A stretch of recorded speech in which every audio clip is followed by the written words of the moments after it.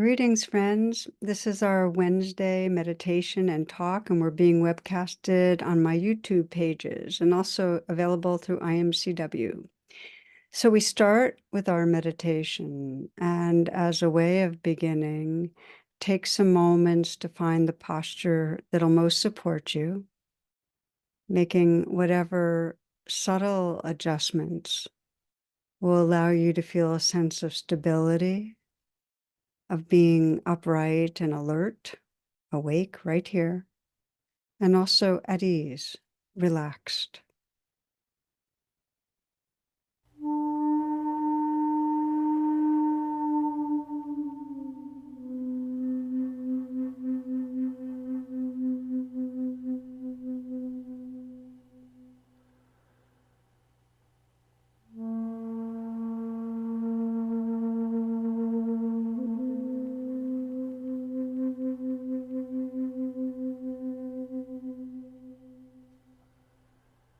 You might want to close your eyes and take these first moments feeling your sitting posture from the inside out, and then making any subtle adjustments that allow you to be sitting in a way that's upright so that it brings on the quality of being alert. That you can feel your posture supports being alert. You might also perhaps lean a little bit to the left or to the right, forward, backward, and then sense really what is center. So there's a feeling of balanced, supported. Notice if it's possible to sit tall, but also begin to relax the limbs, relax whatever parts of you aren't having to tense in any way to keep you upright.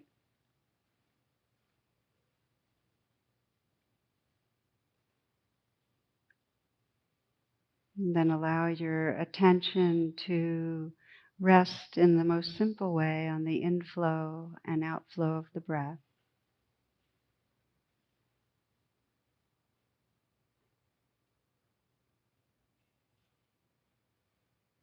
And notice that your senses can be awake, so you can feel the breath in the foreground. And still be aware of sounds around you.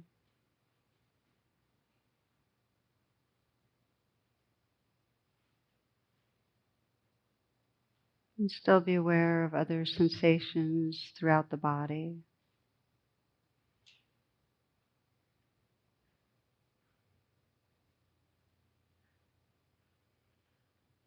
And to notice just by simply bringing your attention to the breath, to the body, there's more presence. There's more of a sense of being right here.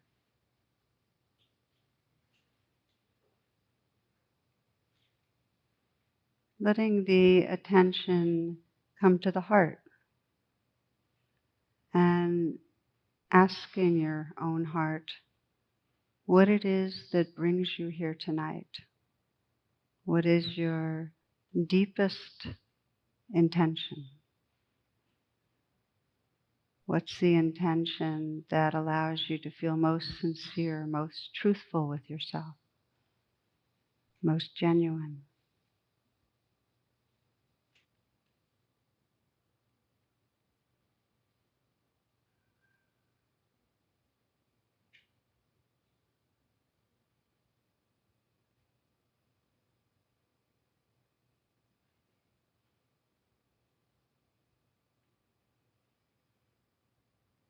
And sensing yourself in community with many others who are in some way getting in touch with that longing to be present, to open our hearts, to live more fully, to realize really the wholeness of who we are. And in that spirit of community, of a shared heart space, we do some chanting together. You might bring the palms touching lightly at the heart area, just to really connect with the heart space as we chant the mantra Om, which is a sound current of connectedness. And we'll chant it 3 times. So we begin by taking a deep in-breath.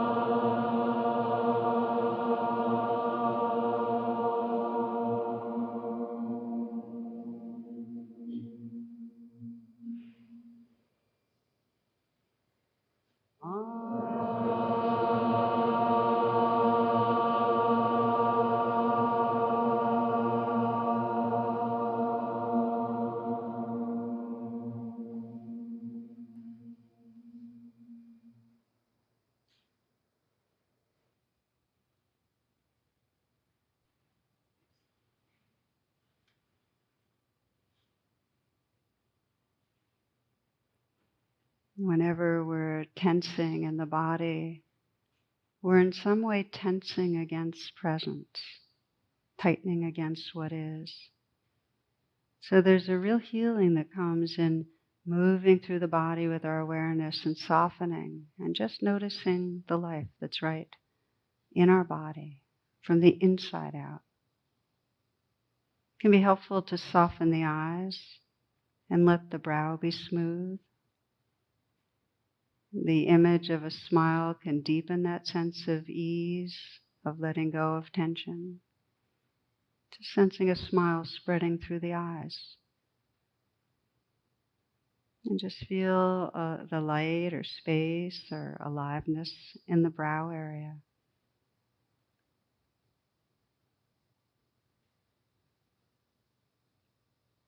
Relaxing the jaws, slight smile at the mouth.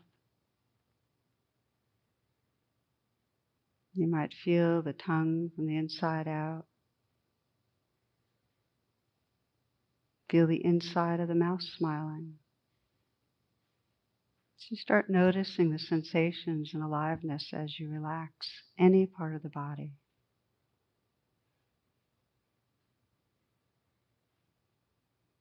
You might sense a smile spreading through the chest.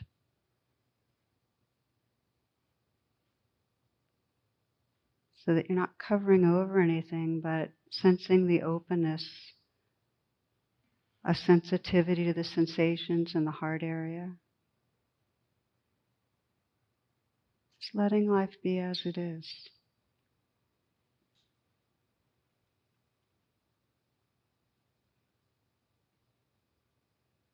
Feeling the shoulders from the inside out. And just softening, softening, so that you can feel whatever sensations are there.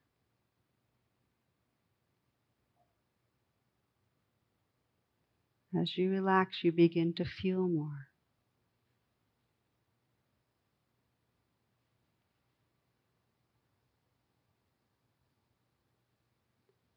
Letting the hands rest in a very easy, effortless way.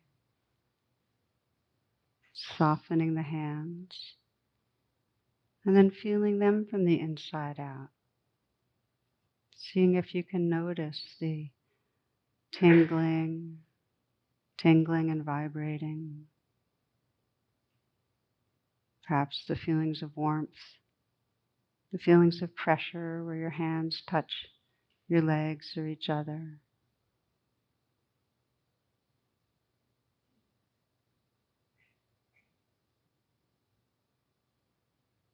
So just relaxing and letting the life play itself just as it is. This is an intimate attention.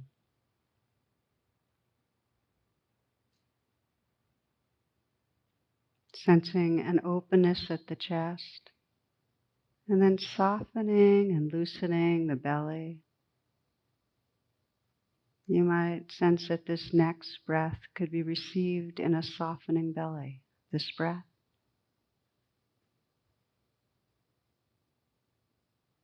And then this one.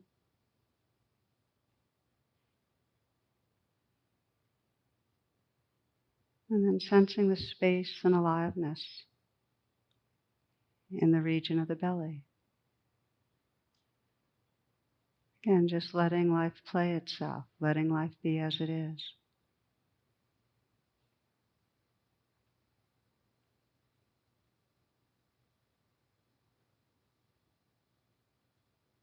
Relaxing the genitals, anal sphincter, relaxing through the buttocks.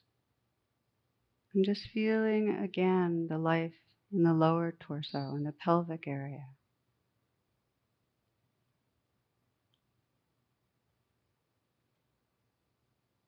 Receiving the play of life,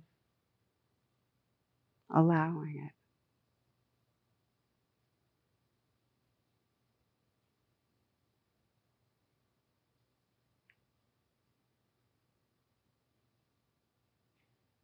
Feeling the legs from the inside out, thighs, the calves. feeling the feet from the inside out. Just letting them relax, be at ease, so that as you soften, you can feel the feet, the sensations, the tingling, the vibrating, the sense of pressure where there's contact with the floor.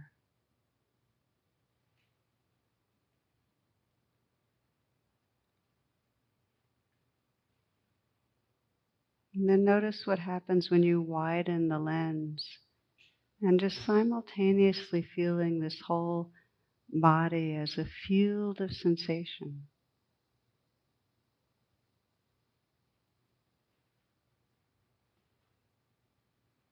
Completely relaxed, allowing awareness.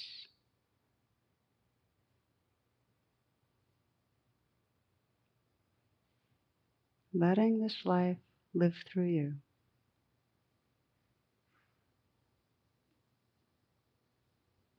Letting everything be just as it is.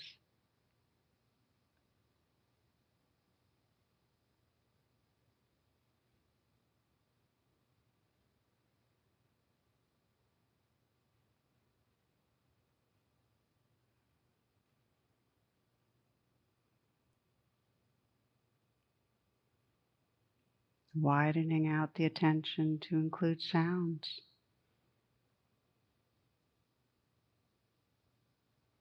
There's nothing to do. Sounds are known spontaneously by awareness.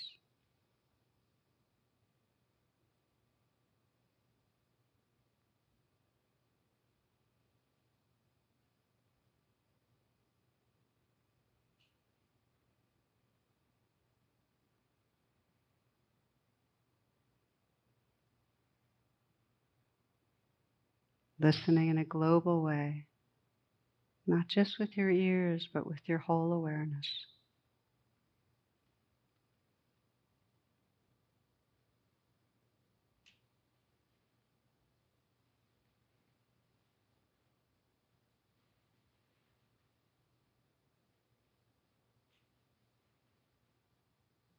Listening to and feeling the whole moment.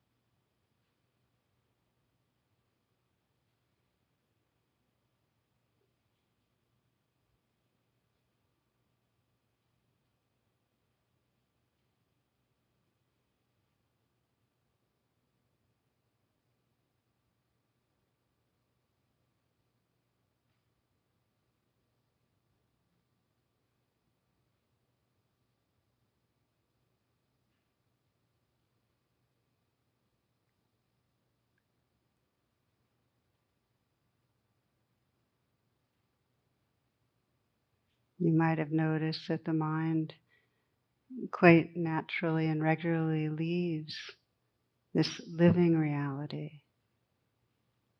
and goes off into that trance of thinking, remembering past, future.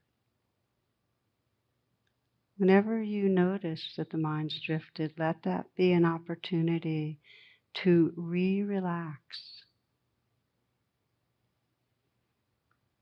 Relax open out of the thought. Perhaps relax the body. And reopen to this living presence that's right here.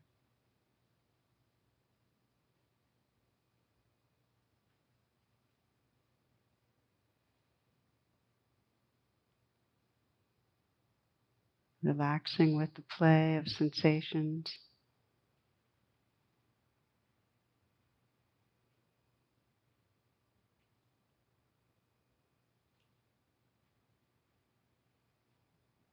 With the inner weather systems, the moods that arise.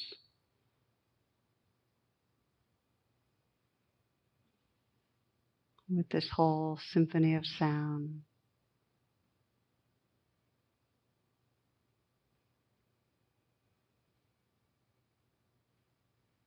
Rest as the awareness, the vastness that includes and recognizes this changing dance.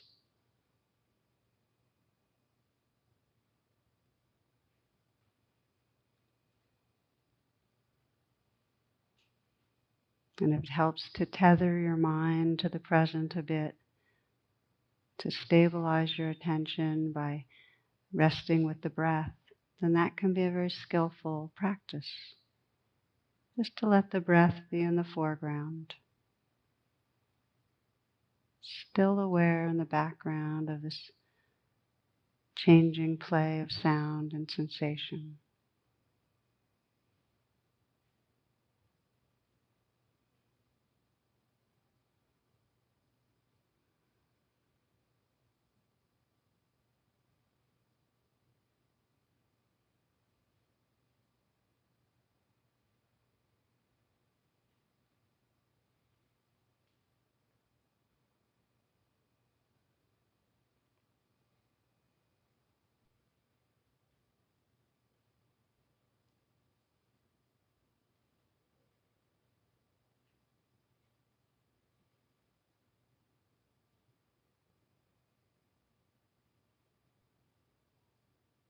You might get curious about where the attention is.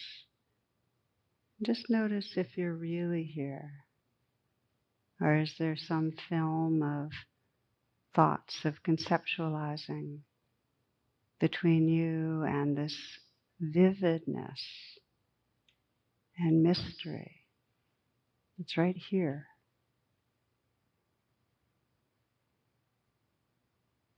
Gently invite yourself back. The pathway is to relax. Relax, open the attention, so rather than listening to the thoughts in your mind, you're listening to the actual sounds that are right here.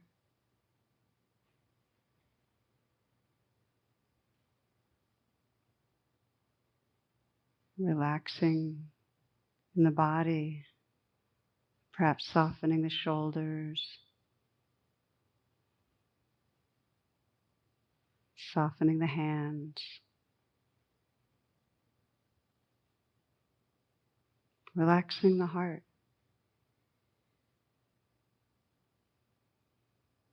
So you're listening to and feeling the whole life of the moment to moment, right here.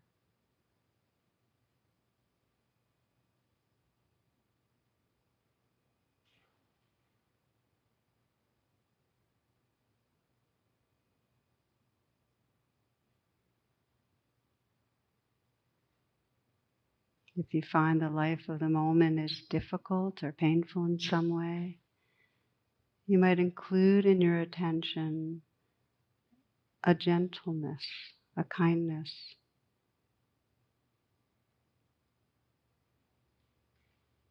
You'll find that even the slightest gesture of kindness, just the intention to regard with kindness what's happening, to befriend, helps to make room,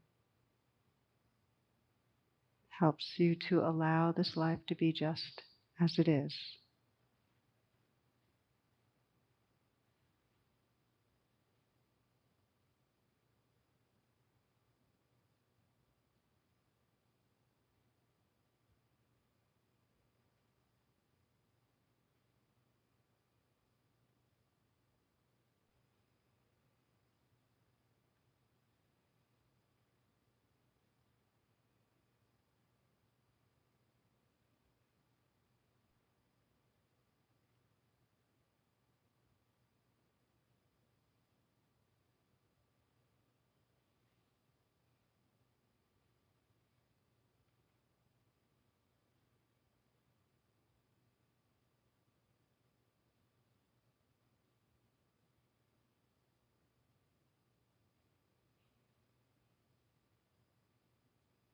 You can start fresh in any moment,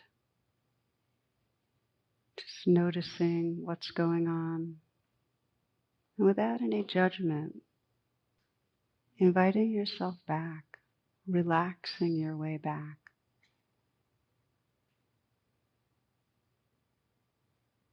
Bringing a very gentle attention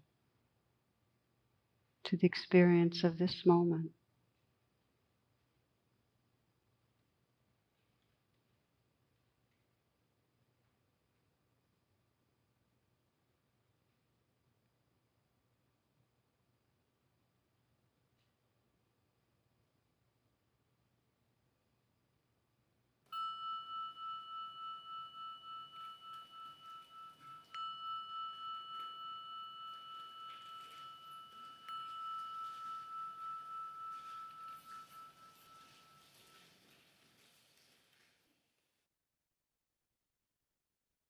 Letting yourself gently transition from the formal meditation into informal mindfulness, perhaps moving around a bit. If your eyes are closed, opening your eyes, taking in the images, the forms, the sounds. And if you'd like to stand up or get a drink of water or whatever, I'll make a few announcements for this upcoming week. I invite you always to my website, tarabrach.com, for virtual offerings. And the program I want to highlight right now, and you can find it on the home page, is Meditation Mentor Training. Mentor Training. It's a 16-week course. It begins August 28th. You'll save 30% if you submit your application by May 31st. So the program, this mentor training program, is really meant for those who are already meditation teachers, or if you're a clinician or another professional who uses mindfulness in your work with others. It includes both recorded content and live sessions, peer group practice, and post-training support. And you'll end up with a deeper understanding of how to guide people, how to support people in their meditation practice, no matter what situation or subject matter comes up. It's a very powerful program, and it's offered by Banyan Together. So again, that begins August 28th and goes for 16 weeks. Please check imcw.org for live stream offerings made available by our local DC area teachers. And the shared experience sanghas this coming week are for women, seniors, living mindfully with illness, singles, LGBTQIA+, people with disabilities, and deaf people. Each week after the talk, there's a mindful dialogue for all those in our meditation community here. And it's a chance to meet others and to explore whatever is coming up for you. So I encourage you to join in. The call-in information is tarabrach.com/class. As most of you are aware, we offer the meditations, we offer the talks freely. Your donations make a difference. Please know we really appreciate them, and the links can be found in the description. Okay, and now for this week's talk.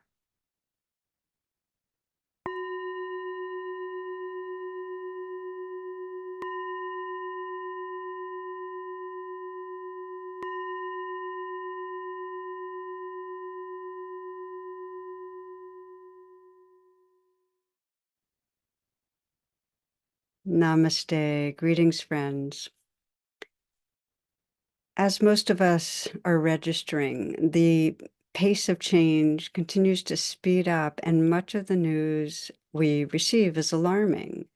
So it feels like more than ever, we need inner reflections and meditations that can help us connect with our capacity for clarity, for bravery, for open-heartedness in responding to our world. And so this is what I'm exploring today with Oren Jay Sofer, who has a new book, and the title of the new book is Your Heart Was Made for This. the contemplative practices to meet a world in crisis with courage, integrity, and love. Oren and I talk about engaged Buddhism, which is spiritually rooted activism. We talk about the very roots of a compassionate response. We talk about how trauma impacts our responsiveness to the world, ways to gladden the heart and resource ourselves, how we might respond to the great polarized divides around violence in the Middle East, divides around the elections in the United States, and how our inner resourcing can guide us in bridging divides with each other. So I found so much of value in this conversation, and I trust you will too. Enjoy. So welcome, my friend. Thank you so much for being with me and part of this. Thank you for having me. Yeah, I'm going to want to talk a lot about your new book because I love it, but I want to start with something even broader where Mm, maybe if you could, I mean, you've spoken about how your writing and your teaching is really informed by engaged Buddhism, with mm, nonviolent spiritual activism. So maybe to start by sharing with those who are joining us, what is this? What is this, and mm. why is it so meaningful to you? Yeah. I'll start maybe from the personal and then say a little bit more kind of historical for listeners who are unfamiliar with the kind of movement of engaged Buddhism. I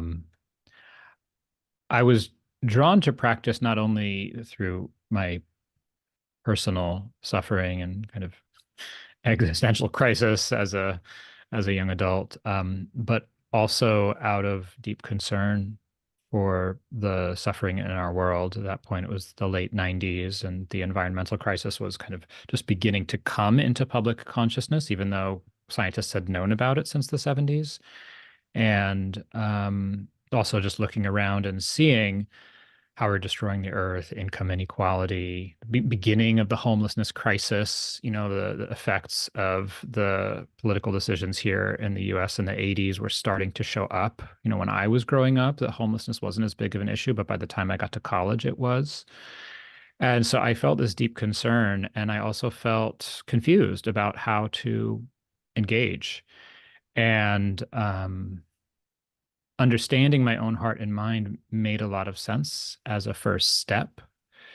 And I noticed early in my practice that the experiences I was having on the cushion, nothing extraordinary, but just touching into basic sanity, capacities for more clarity and kindness and patience, weren't showing up in my interactions. And that was when I discovered nonviolent communication, Marshall Rosenberg's practice, which was the subject of my first book, which really provided the first kind of bridge to integrate spirituality into my life and make it real in relationships. And then through that, I started learning more about nonviolence in general as a practice, as a movement. And then eventually learning about the work of people like Ambedkar, Arya Ratne, Joanna Macy, Thich Nhat Hanh, and their understanding of the relevance of Buddhist teachings to collective sufferings, pain and difficulty that arises not just on the personal level, but from the structures of our society. And one of the one of the phrases that stood out to me from Thich Nhat Hanh that I think I quote in the introduction of the book is, "Once there's seeing, there must be acting. Otherwise, what's the point of seeing?" And it just made so much sense to me that these really sobering teachings about acknowledging honestly the presence of suffering in our own hearts would also apply to the presence of suffering in the world. And just as we strive to understand and alleviate the causes of suffering in our own hearts, that in the same way, when we look around and see suffering, the compassion and the sort of unfolding of spiritual practice and sort of maturing as a human being urges us to try to understand the causes and to alleviate them. So that's really the essence, as I understand it, of engaged Buddhism, is this injunction to say, we're here to end suffering. It's not just about ourselves. It's about one another and non-human, more than human life on the planet, responding with wisdom that arises from looking deeply. Yeah, well, everything you say resonates. And it's very much embodied in the Bodhisattva path. A Yeah, path of awakening beings means that we do the inner practices that wake up our hearts and mind, and then we bring that to our world yeah, actively in an engaged, yeah, dedicated way. And the very nature of compassion includes action. It right. includes responding. So I love the way you put it. And I just wanted to toss in because I know you've been inspired by Ariadne and Sarvodaya, that Ari, this is for those listening, amazing, amazing teacher, guide, leader, died just, I think it was just last week.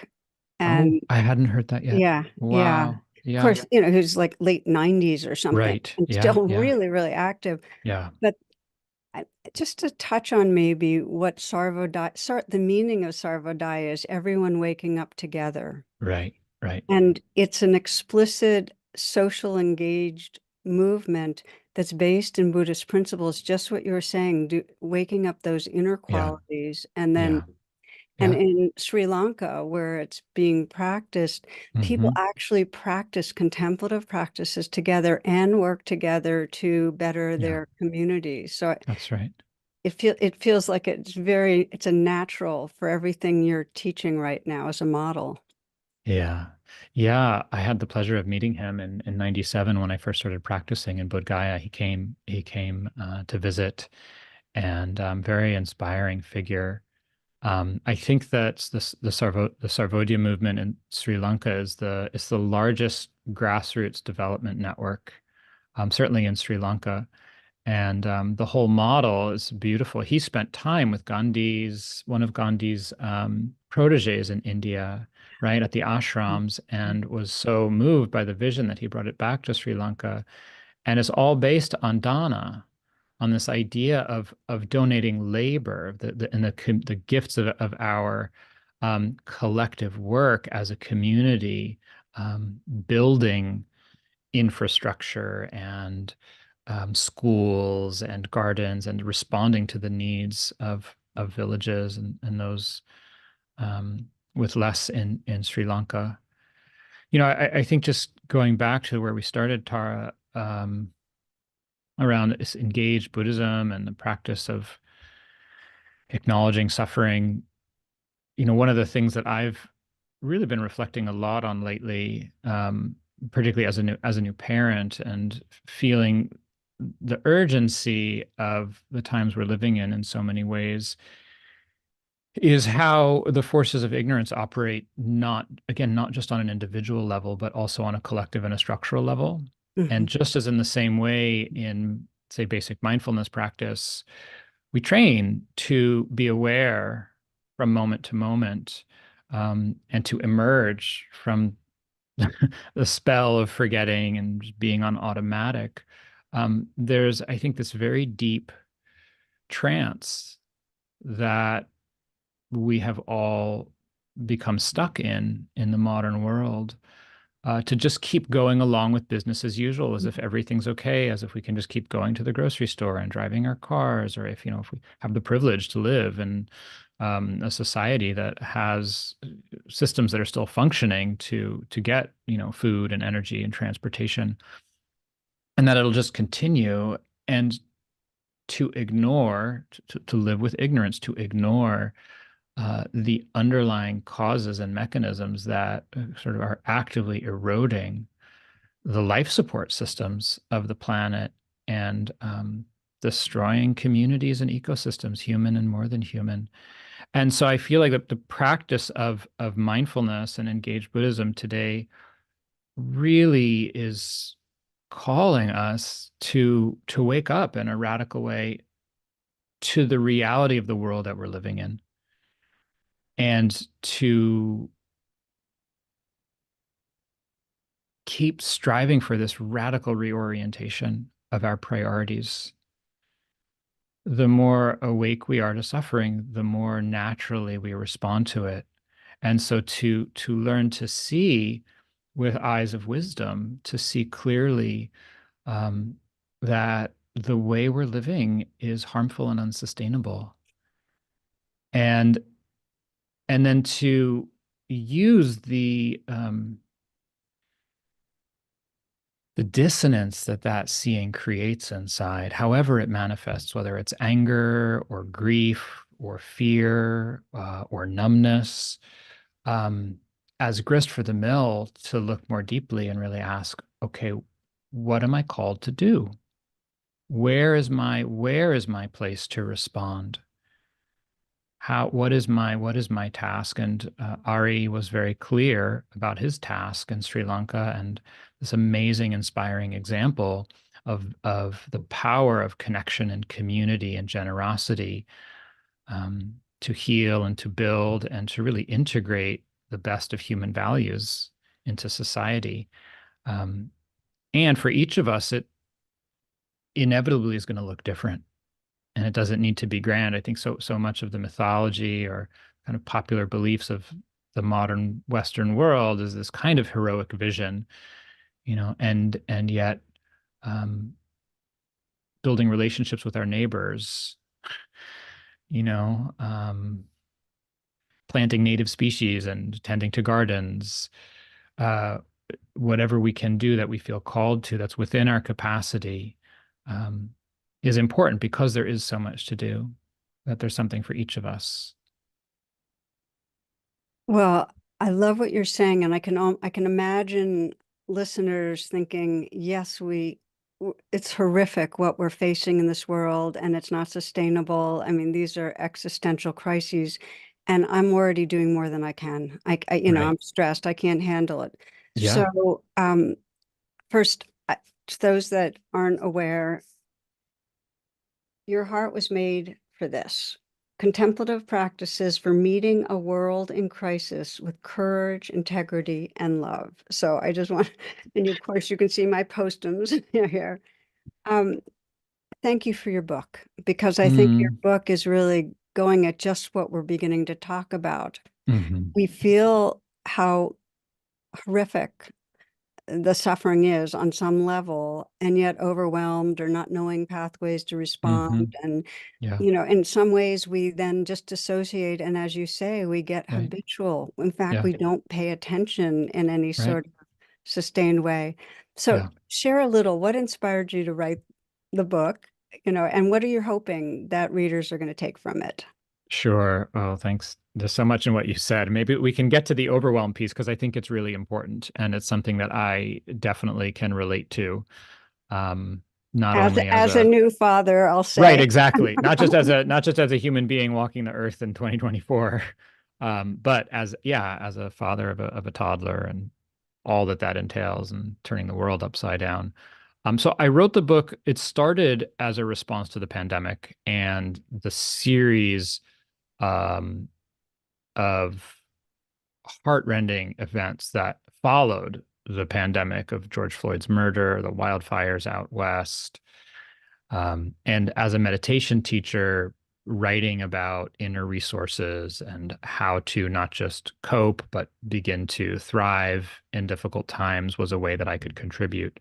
And then when we got pregnant the following year, as I was writing the book, the whole project took on a new meaning, as I started contemplating the life growing inside my wife and thinking more carefully about um, the future and where we were headed. And the relevance, this very deep question, came to the foreground of my heart of, well, what is the relevance of all of this meditation practice I've been doing for my child and for his generation, and if he wants to have children? And so the book took on another meaning of really investigating, yeah, what is the role of the inner life and contemplative practice in waking up to and responding to the moment we're living in historically. And so, the subtitle, Contemplative Practices for Meeting a world in crisis with courage, integrity, and love. That word to meet is really important, and to really acknowledge what it is to meet something with awareness, right? Means to actually enter into relationship with it. And so this is one of the many gifts that contemplative practice offers, is creating the inner conditions to turn towards the truth. And then to enter into relationship with it. And this is what I was pointing to before. Each of us will have a different relationship to it, right? But if we are in relationship, then just as when we're in relationship with a person, it develops, it changes over time. There's a give and a take, there's a response. It doesn't have to look a particular way. So my hope and aim with the book is to provide people with the resources inside to realize their hopes and dreams, and to have a solid inner foundation to make a positive difference in our world. The diplomat and climate activist from Costa Rica, Christiana Figueres, talks about needing a kind of spiritual infrastructure, Yeah. right? It's You don't know if you a heard. great term. Yeah. It's a great term. I first heard it through Krista Tippett's conversation with her on her podcast On Being, and she's really pointing to that we need the that foundation, and also a kind of scaffolding within to handle all of the challenges that come up, which for many of us begin with this kind of overwhelm that you were talking about. And how do we start to navigate within that? So maybe we can go there, or in another direction if you'd like. Well, actually, now that we're talking about it, it's kind of, it's so juicy, as you know, Aaron, because like if we're spending so much time either putting out fires or reacting to what grabs our Hmm. attention, we know that. And we Hmm. also know that we're in a society that is, grabbing attention is what our society Yeah. does. So here Yeah. we are. Never before in the history of humans has there been so many grabs at our attention through Yeah. the internet and social media. So I sometimes think of that question, if we're at the end of our life looking back, what's going to Hmm. most matter about this life? And I know many people who just feel a sense of discouragement or disappointment Hmm. with how their life is unfolding, because in some way they know they're not living aligned with the compass of the heart. They're getting pulled around, but they're just caught. So I'd love to have you, because you talk about a number of different inner contemplations, and one of the ones that Mm. really struck me had to do with resolve. And I'm just wondering Mm. if maybe that or related, concentration, mindfulness, what are the inner Yeah. contemplations that help us stay true to our heart? Mm. Well, of course, to stay true to our heart, we first need to be able to feel it Yeah, and hear it, right? And so you started talking about attention, and I think this is really important, um, to begin to get a handle on, how do I stay true to my heart? How do I even hear my heart in the middle of all of this noise? To start to recognize how co-opted our attention has become, and to start to develop the skill that is really at the heart of so much of contemplative practice, of choosing where we place our attention and starting to make more conscious choices, both externally in terms of media, technology, our time and activities, but also internally, of course, in terms of our thoughts and habits and emotions and patterns, and choosing to place our attention in areas and activities and thoughts that will cultivate an inner atmosphere that has a little bit more space, a little bit more balance, a little bit more calm or quiet. And this is where how do we stay true to our heart? It's like, many of us find ourselves sort of in the middle of a hurricane in our lives.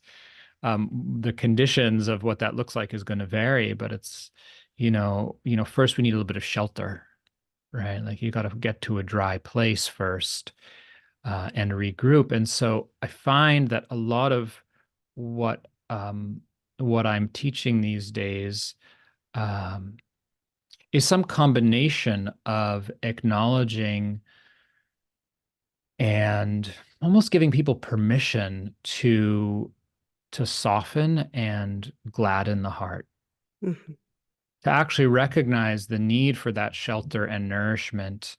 And I feel like staying true to our heart, like one of the first things that we need is some refuge.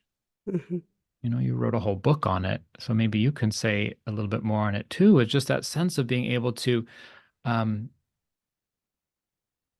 connect with anything that nourishes us, whether it's just a moment of quiet, some beauty in nature, connecting with a little joy, having a few moments of rest, whatever is restful for us, all these different themes that I explore in the book. And then it's through some of the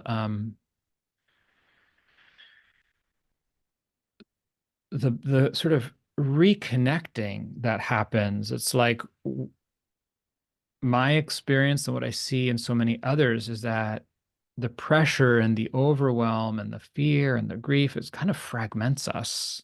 And then it becomes very difficult to even hear or be in relationship with our heart. And as we recognize the need to slow down and to nourish ourselves and to have even a few moments of quiet in some way, things start to come back into focus, back into alignment, back into connection inside. And then we can begin to hear, what gets called the still small voice, Yeah. right? In other traditions, to identify our aspiration, as we talk about in the Dharma, to really hear the voice of the heart, and then bring on board those other qualities you're talking about of resolve and energy and concentration and mindfulness, to actually keep remembering and stay true and follow the direction that might be emerging. So yeah, what comes up for you as I say all that? Well, first, I think that the starting place is just as you say, that when we're fragmented, when we're offline, when we're kind of hijacked by the limbic system, we have to pause and find a way to arrive again. I mean, Hmm. before we can have any idea of what matters to us, Right. it's just as you said, we need to feel what's there, be with it. For me, if I even take a few breaths and have the intention to be kind. I mean, even if I'm Yeah. not feeling kind, because Right. usually when I'm offline, I'm not feeling when offline, I mean by limbic Yep. hijack, I'm not Right. feeling kind, but even saying, gee, kindness would be a nice idea. Hmm. There's this softening you talked Yeah. about. Yeah. And then I start realizing, wow, well, that's actually what matters to me is kindness, and Yeah. it starts coming back, but we can't reconnect with what most matters unless we in some way resolve to pause when we're Yeah. stirred up. And Yeah. so yeah, Yeah. I'm right there with you. Yeah.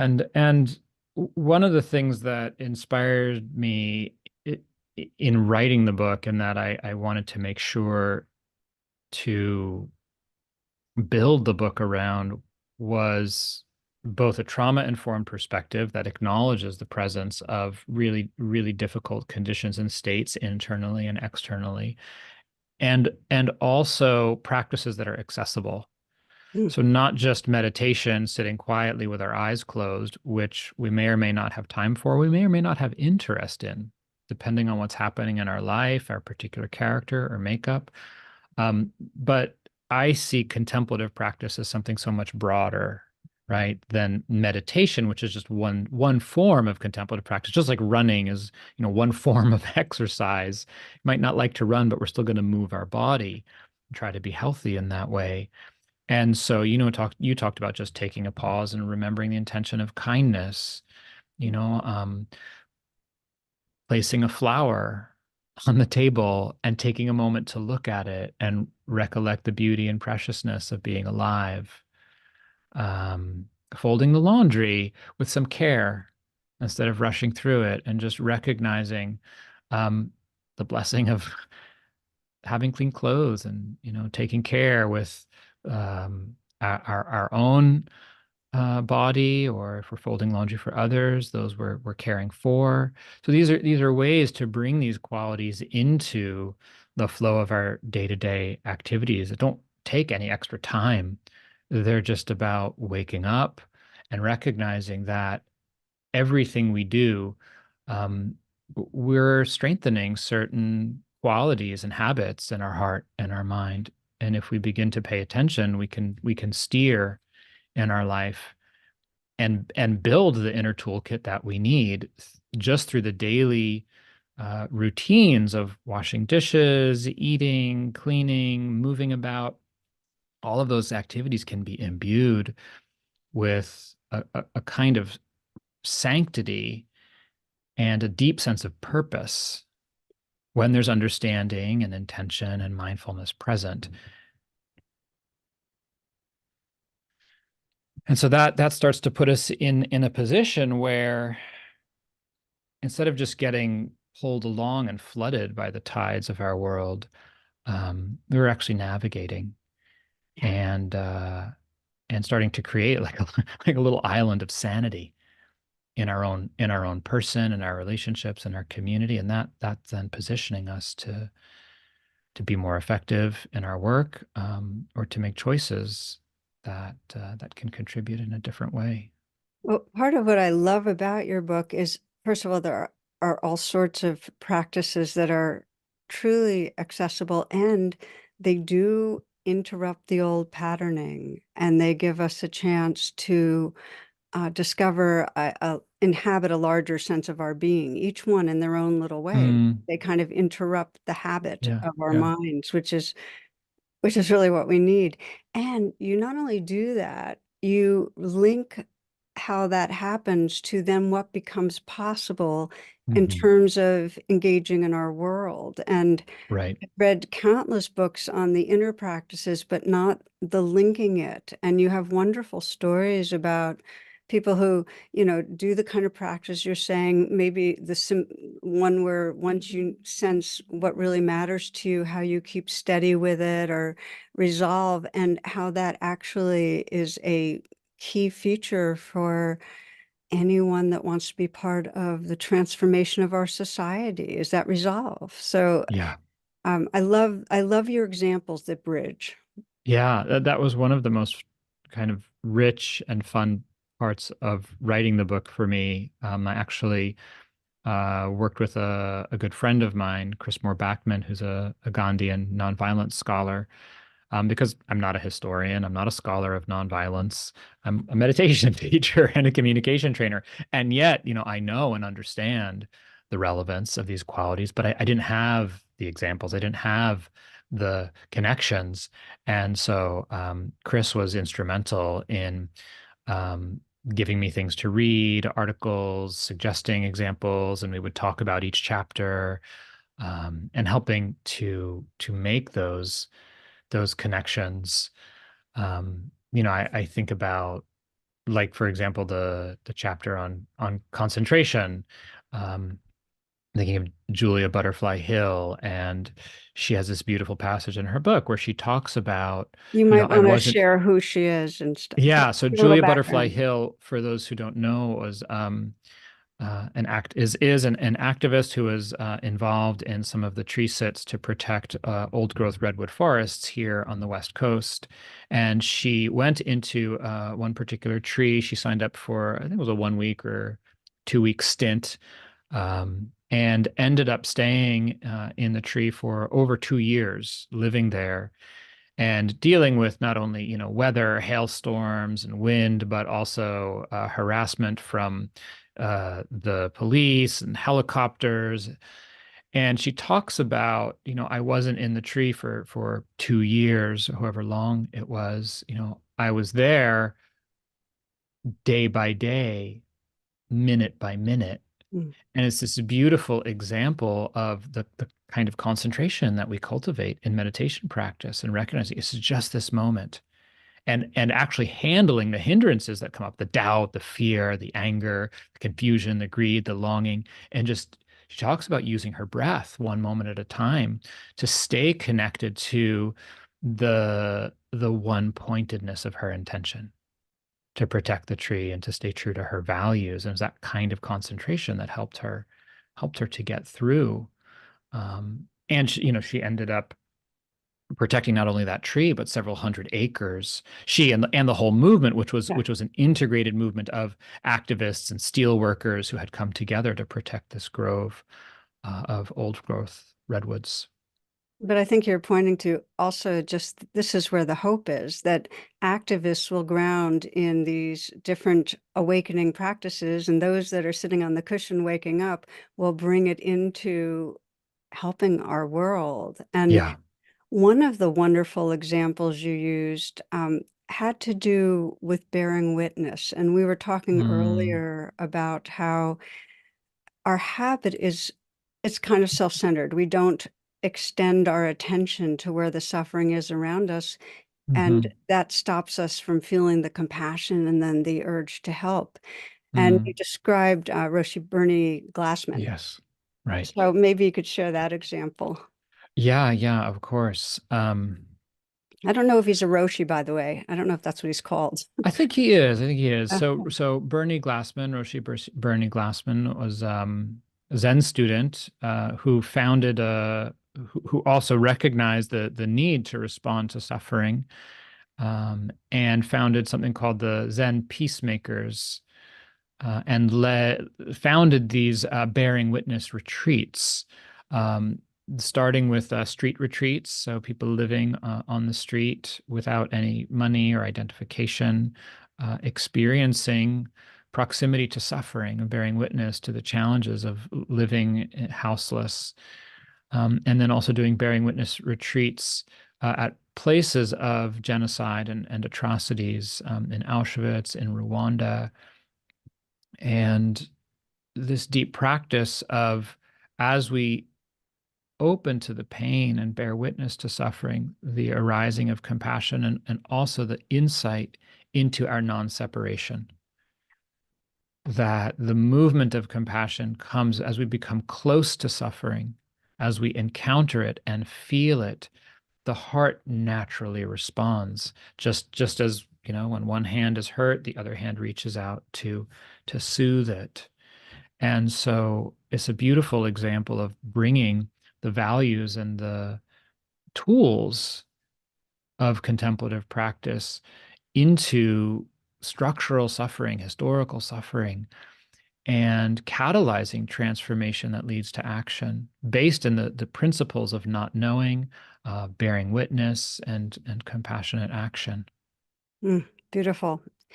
Um, a lot of people listening might have that sense of still like, why do I want to put a lot of attention to suffering? I mean, there's so much pain and, Yeah. it may be overwhelming. And one of the things that I've been really reflecting on a lot in recent days has been how much the spiritual path in the West is constricted by individualism, and it's not our Hmm. fault. It's like it's the waters we live in, and Yeah. basically what I mean by that for those listening is that we have a real focus on a separate self navigating for life through life, and so most of our thinking has to do is very self-centered. It's I instead of we. And in Hmm. Asia, where the practices that Oren and I, very much resonate with, the monastics were embedded in and intrinsically involved with the surrounding community, served them in terms of health and education and, embedded in society. And then the practices got transported to the West and we did our thing. We took Yeah. we plucked the contemplative practices, but we didn't really explore how much they're meant to be engaged. And Yeah. so I guess, I'd love to talk a little more Mm. because when we when we talk about that generosity of Hmm. sarvodaya, that Hmm. everybody's helping each other out, or we talk about bearing witness, it presumes a willingness to open into Hmm. the we, and it's not anybody's fault. But Yeah. our fears keep us very hooked on feeling very much like I've got to take care of myself. It's going to be too much for a self. So maybe you could just talk about how, other ways you've seen contemplative practice open us from I to we. Yeah. Thank you. The whole path begins with the practice of generosity, right? To talk about the three pillars of the Buddhist teachings, dana, sila, and bhavana, generosity, ethical living, and then meditation and contemplation. I think that there's a very deep wisdom and elegance in starting with generosity because it does that very action. It brings us out of ourself. When we give, when we share, we experience connection, we experience belonging, we feel like we're part of something, we have a relationship. And so the Dalai Lama talks about enlightened self-interest, right? I think it's very natural, not only from a kind of cultural and historical perspective, as you talk about this the focus on the self and the individual, but there's also a biological basis for it, right? Sort of in-group bias and protecting ourselves and our family. And so the more we look at what is really in my best interest for myself, for my family, for my community, we start to see the benefit of experiences like giving, sharing, celebrating, and we touch into the deep satisfaction and freedom that comes from recognizing ourselves as embedded in something larger, this sense of we, and not just human, but the non-human world as well. And one of the things my son loves to be outside. He's about a year and a half now, and he loves to walk. It's his favorite thing to do. He says every day, walk, walk. He wants to go outside and walk. Even when he's upset, he wants to go. He wants to go outside, and in order to self-soothe. And it's just is fascinating and such a teacher to see how much of a companion and a playground and a wonder the world is to him. Every tree, every flower, the stones, anything he finds, he stops, he says, hi, hi, he says hi to it, he engages with it and explores with it. So that sense of we is there already. Just as we emerge, we start to recognize that we are in this incredibly diverse, vibrant world. And so touching into experiences of connection also is another way to move from that I to we, not just with humans, which we're pretty complicated creatures. And there's a lot of good reason that people may, shy away from being in relationship with others humans and be cautious about that. But how do you feel when you're in the park? How do you feel when you sit beneath a tree? How do you feel when you sit by a stream and listen to the water and see it moving? What does that do inside? And then how do we take that how do we build on that awareness and recognize these friends that we're intimately connected to in the natural world are actively being threatened and declining. Well, what you're saying is got such deep truth to it that if we take the moments we're happiest and really slow it down and sense what's going on here, Yeah. there's a sense of enlarged belonging. Mm. Whether it's us talking here and feeling the goodness of the field that's here and feeling those that are part of this, or whether it's belonging to a tree. I talk to trees all the time, or belonging to awareness that just that Yeah. embeddedness in something larger. And the reason I'm so with you on gladdening the heart, and again, for those listening, it's just any way of paying attention that evokes a state of love or tenderness or awe or generosity, is that when we gladden the heart, it dissolves the boundaries or the imprisonment, the armoring around the Yeah. heart. And Yeah. as soon as we gladden the heart, it's a direct experience that the I that we were identified with is not all there is, that we're part of. I Yeah. mean, waking up is realizing our belonging to a larger field of awareness. That's what Yeah. it is. And gladdening the heart helps. And then the other thing that we find out is in the moments that we really feel compassion, that we really feel, and I'm talking about very embodied, tender compassion, it actually feels good. When I get to crying, it's it's not like I'm wishing that away. It's like, oh, I'm kind of coming home to a larger tenderness. So I love what you're saying, that these ways of contemplating, these different ways of contemplating actually naturally open us up to who we are, which is not an Yeah. I, it's a Yeah. we. That's Yeah. beautiful. Thank you. I Yeah, actually have and a question to follow. oh, I want please. to ask you something else, which is, Yeah.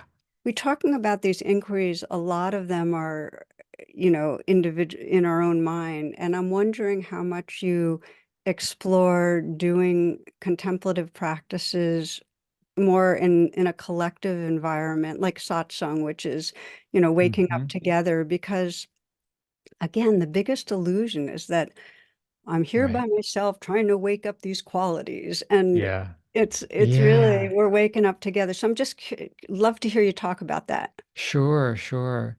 Yeah, well, so each chapter, so there's two ways. Each chapter that explores a different quality has at the end, there's, as you know from reading the book, there are these four different sections. So there's a section on reflection, which is something to think about and chew on. There's meditation instructions for something to meditate on. And then there's an action. And so the actions often involve other people, our role in family, neighborhood, community, or larger. So that's one place that we start to can explore how are these qualities showing up in my life? How do I experience them with others? How do I practice them with others? The other way that I look at this specifically in the book is the book's divided into four parts. So we kind of go through different cycles of cultivating, gladdening the heart, steadying it, and then letting go and moving towards freedom. One of the sections invites the lens of reflection on how are our friendships and relationships teachers and embodiments of these qualities, recognizing that they're not just personal things, and so many of them are actually things we experience only embedded in relationship, like empathy and compassion and generosity and ethics, but even other qualities that can be understood as more individual, like concentration or resolve or um, energy, that we often learn about these with others and from others. Others embody them and inspire us, give us examples. And so, looking through the lens of our relationships is a powerful way to strengthen the qualities. Um, and I love that you're inviting and reminding all of us that for millennia, human beings have um, healed and celebrated and mourned and learned together in groups. Yeah. It's how we evolved, Yeah. right? Coming together to honor the cycles of the seasons, to honor the cycles of our life and the rituals of our life, to attend to ruptures in our hearts, in our communities. And so I think that that's something that those of us who teach these inner practices of meditation and contemplation um, really could stand to recollect and learn from Yeah. more Yeah. and bring into our communities. It's why gathering to meditate together is so powerful, to do it with others, and we feel that support and strength. Yeah. Well, I know how aligned we are on this one, because in the meditation world, it's so often people get this idea of sitting alone on a cushion or in a cave. hmm And we Yeah. spend most of our moments in some way engaged. And if I'm not here on some level truly listening, if I'm not Mhm. here feeling my heart, if I'm not concentrating, keeping some steadiness, if I don't have any of the qualities, it's going to directly impact the quality of co-presence here. So Mhm. it's an ongoing practice, and you bring that alive so well. I feel like it's a book that really bridges beautifully. And I have a question that is on a lot of people's minds, Mm. that right now we're in another particular moment where the news Mhm. of the world, Mhm. whether it's politics in the United States, democracy, what's going on in the Middle East, it's so hard to listen to it and not Mhm. identify with a side, Mm. not take sides, and on some level demonize, dehumanize. Mhm. Mhm. And it feels so crucial that there be both the inner and the relational work that Mhm. wakes us up from dehumanizing. Because, as Yeah. you say, when we dehumanize others, we disconnect from, cover Yeah. over our own humanity. So I'm Yeah. wondering if you can talk about both the inner contemplation and link it to a real story, maybe from your own life, where Yeah. you found yourself being on a side and undoing that Uh-huh. separation. Sure. Yeah, absolutely. For me, it's there's two things I'll say. First, it's one is it's important for me to, with the news specifically, um, to have certain clarity of purpose around the consumption, because otherwise it takes over. We lose our center and we just get pulled in. And so to know, we can't know what's enough information if we don't know why we're looking at it, and to really frame our consumption of news and media to what's important to us. So why am I looking at this, and how does this connect to my own sense of purpose? What do I need to know, and how much, and about what? That's one thing that helps me. um, and then the other is when there is that dehumanizing, or that taking aside, um, to understand it as being rooted in something that we care about, right? It's a strategy, it's a learned strategy to advocate, often fiercely, for something that we want to protect.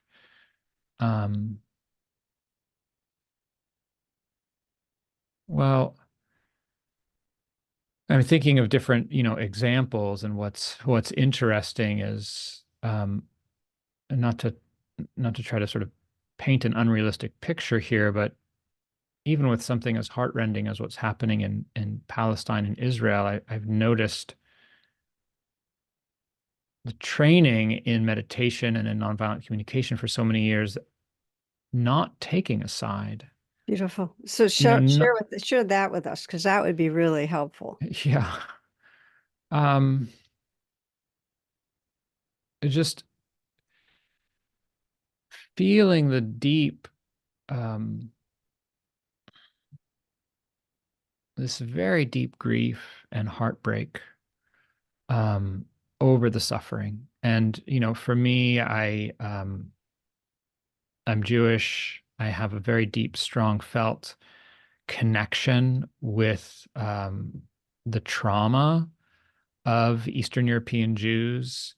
And so I understand not only the terror and the deep pain of what happened on October 7th, but also this movement into, a survival response.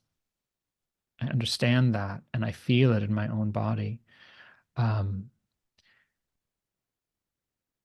and I can't not be moved by the unthinkable suffering that, the Palestinian people have been subjected to, in the Israeli government's response. So many innocent people killed. And then there's also, so for me, like the pain of that situation and the ongoing pain of it has prompted, it prompted a lot of very deep investigation. to want to understand more about the history, about my relationship to it. And this is one way to move out of the dehumanization, is to learn about one another, to learn about the positions and the values and the needs and what's happening. And then the other is to try to begin to understand the field collectively within which this is happening. Because, it's so hard to actually speak about it or say anything about it without it immediately fracturing into divisiveness and taking sides and being enraged or offended or hurt, and to understand that it's a traumatized field where there's so much pain and so much at stake, that it becomes very difficult to actually engage or speak through that field. And the last thing I'll say is that helps me with this particular situation is, again, having the large view and reflecting on the bigger picture here, and seeing what's happening, not just say in the Middle East, but in Ukraine, seeing just the insanity of war at this particular moment in history, when we need to be looking together at how do we preserve and maintain the resources and life support systems for all of us on the planet. And so starting to have a broader perspective on these kinds of regional conflicts, seeing some of the larger conditions, not only historically, but also environmentally. You look at the civil war in Syria and how that was related to the drought and climate change, and seeing the forces that are unfolding in a different perspective, not just getting caught in the particulars, but the broader needs, for all of us to learn how to either live on the planet together or perish on the planet together. And I think these kinds of conflicts are microcosms of the larger forces that are playing out, and to me kind of call to this need for, as I was saying before, this radical reorientation of our priorities, that if we don't find a way to live together, we're actively destroying the future for one another. Thank you for that. I feel like it's courageous to say anything. Mm-hmm. I Yeah. really do. And maybe just share a few, because you have, I'll just share a few reflections and responses. Yeah, please. It feels like everything is a microcosm, in the sense that there's the horror of what's going on in the particulars and the deeper roots of it in greed, hatred, and delusion. And of course, trauma exacerbates that. Yeah. So really getting that, it feels really important that if we're going to act or speak, that it not be perpetuating that by demonizing a side. Yeah. And it feels important that in our dedication to not demonizing a side, that doesn't mean we don't respond to what's urgent and immediate. So Yeah. the challenge is, it's very easy to say, well, everyone is suffering, and in Right. some way neutralize the response when there's truly an asymmetry, Absolutely. and Yeah. which I know you understand. And so how do we recognize that it's not to do with human badness, it's Mm-hmm. to do with human suffering, that when groups or individuals act in ways that are violent and harmful, they're hurting, and how to keep our hearts tender, and yet know that we still, as beings on the planet, part of our work is to say it has to stop. The Right. killing has to stop. And Yeah. whatever other wise steps we feel. And to know that that doesn't mean we're pro this or pro that. That means we're Yeah. pro everybody. We're not shutting our hearts to anybody, but we're willing to be brave about taking unpopular stands anyway. Yeah. Because Yeah. any call for action, like for me, it would be the call for, immediate lasting ceasefire, the call everybody Yeah. return all hostages, the call to stop funding Israel, which, because, I just wrote a check on April 15th, and my Right. Yeah. tax dollars are going to bombs that Yeah. are perpetuating a genocide. So it's like how to be clear on that level and yet not make into an enemy or to demonize anybody. And Yeah. that's I feel like the work of the times right now in terms Yeah. of social activism. Yeah. Yeah. Thank you. These are important distinctions that you're offering here. And we could just add one to it, this, distinction between um, that our efforts to say stay connected to our heart or not dehumanize, not interfere with our capacity to respond, right? And to respond appropriately to the immediate suffering and acknowledge the asymmetry and the urgency. I think also important, and one of the things that I see happening is um, that I know you also feel aligned with, is that movement, or even the value, and we're not able to get there, that value for wanting to stay connected to the heart or to compassion, also not prevent us from um, speaking out against and condemning harm. That there's a difference between staying connected to compassion and humanity and justifying harm. So, I just came across a fabulous there's an article by George Lakey talking about how do we talk about what's happening here on college campuses, and like bringing together different sides, and lists like 7 points that these student groups were able to agree on, just as kind of fundamental, non-controversial agreements that what Hamas did on October 7th was morally reprehensible. That killing civilians anywhere is morally wrong, that Israel's response and the loss of Palestinian life has been morally abhorrent. And so there are these distinctions here in the heart between the possibility for connection and compassion can coexist and actually arise from the presence of discernment Yes. and acknowledging this is not okay. Even as we can acknowledge um, the humanity of everyone.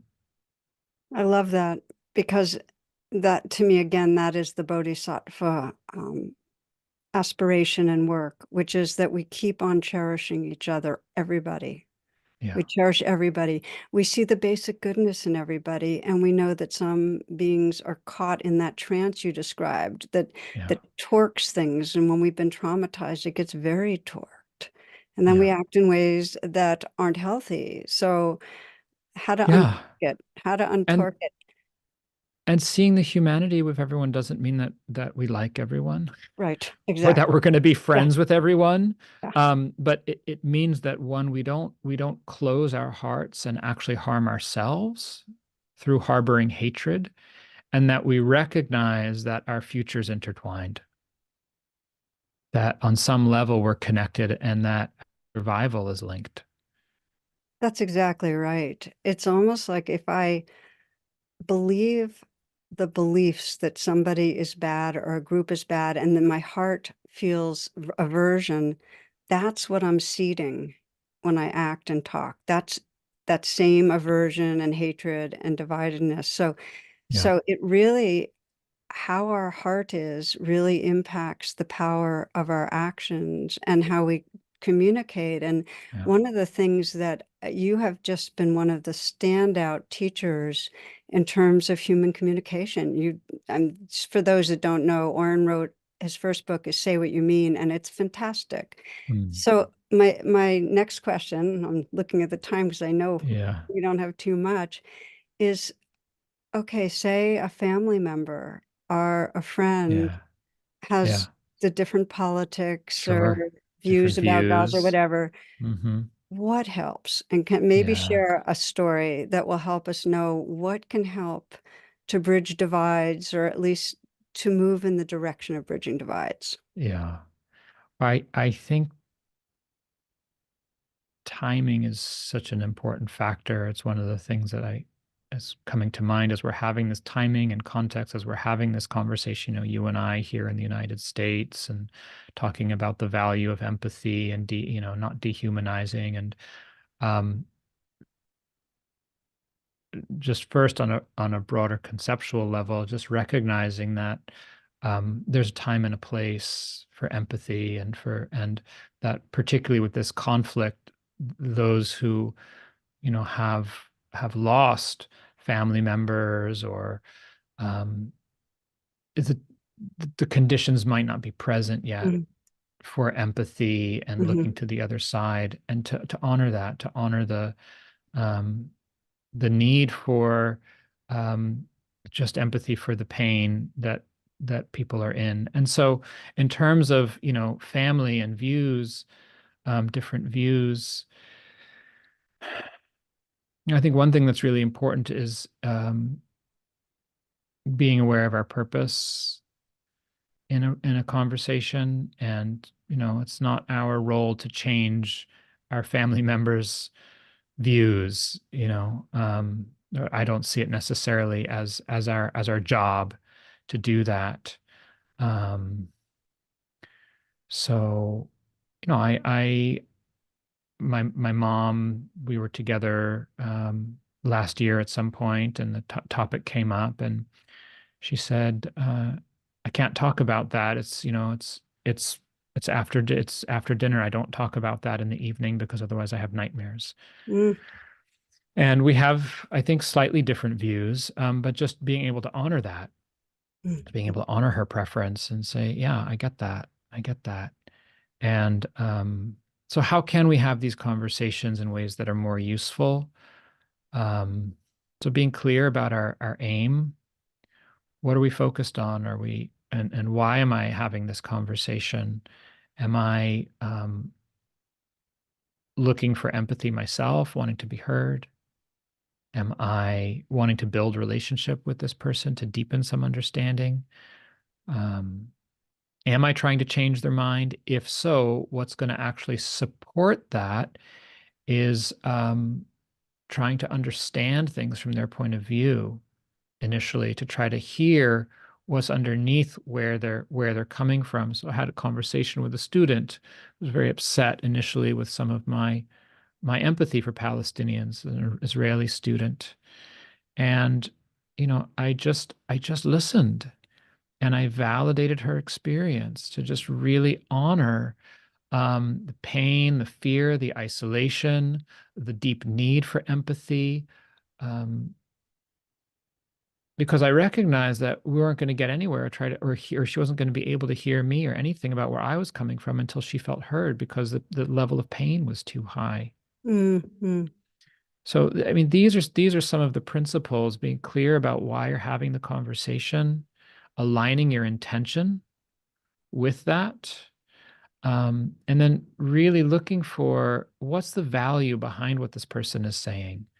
You don't have to agree with the position or the view to honor and acknowledge the essence of what they are advocating for, or supporting. What is the deeper human value that you can actually get behind? It's there if you know how to look for it. And that can start to create at least some small area of common ground where we can say, yes, okay, I value that too, even though I disagree with how you want to get there, what you think we should do about it. These are life-changing reminders if we take them to heart and practice them, because it goes against our conditioning, because we're so attached to our views, and we want, we're rehearsing what we're going to say, and, we want to be Yeah. right. So there's all these attachments, and to be able to do just the practices you were naming, it creates a lot more spaciousness and flexibility in our heart and spirit. Yeah. It's a gift to ourselves, and it serves people connecting. Yeah. So I do want to do a shout out for both books. But Oh, thank you. say what you mean, really, a lot of people had a really big impact. And yeah, so we're coming to the end, and I want to, I guess, ask you how, if you feel hopeful and what gives you hope, Mm, because I ask everybody that. hmm. Sure. I guess it depends on how we define hope, right? Mm, Um, I have tremendous faith in the power of action. It's the only thing that is that brings about change. And so I feel hopeful in that way. I feel hopeful that more and more of us are aware and waking up to the many different layers of crises that we're facing, uh, and recognizing the need for action. And I do have great faith that when when we get involved, we can do great things. Yeah. And I have tremendous faith in the resilience of life in general. mm, mm, Um, the life force that moves through us is the same life force that moves through the trees and the wind and hurricanes and storms. And we're part of everything. We're part of everything. And um, one of the things our practice can do is to help us, as you said, move from that I to the we, and feel, what is life asking of me? What is life asking mm, of mm, us? And then again, our action is coming not from a sense of being an isolated individual trying to push a rock up a hill, but actually being a part of life, tending to life. And the need to gladden the heart is so much a part of that. The need to tend to our well-being. Maybe I'll just end with one story. Some a friend was over for dinner, and we were this was early in the Middle East conflict, and we were watching some of the news and the reports and um, lectures about what was happening, and it was just this tremendous, overwhelming grief. And our son was running up and down the living room, throwing his hands in the air, screaming and laughing and joyful. And my friend turned to us and said, "There's no place else I could watch this right now than right here." And it was just such this beautiful representation of, yes, it's like we need that laughter and joy and celebration of just being alive in the moment, to have the space to acknowledge and be in connection with the deep pain that's also present. mm. I love that you're ending that way, because a lot of people feel guilty and like they shouldn't be savoring moments and Hmm. gladdening the heart. And we cannot open to the sorrows without touching the joys. Yeah. We can't. So that's really thank you, dear. Yeah. Yeah. I'm going to have your website posted with this. Is there anything else in terms of how people can learn about your work and the books? Oh, sure. I post on social media periodically at Oren Jay Sofer, and then yeah, finding out more about my work. I do have a newsletter, so if folks like listening and staying in touch, it's a good way to hear what's happening, and all of that information is on my website too. Thanks so much Mm, for having me on the show, Tara. thank you. I'm feeling us all waking up together in this one. So Mm. blessings.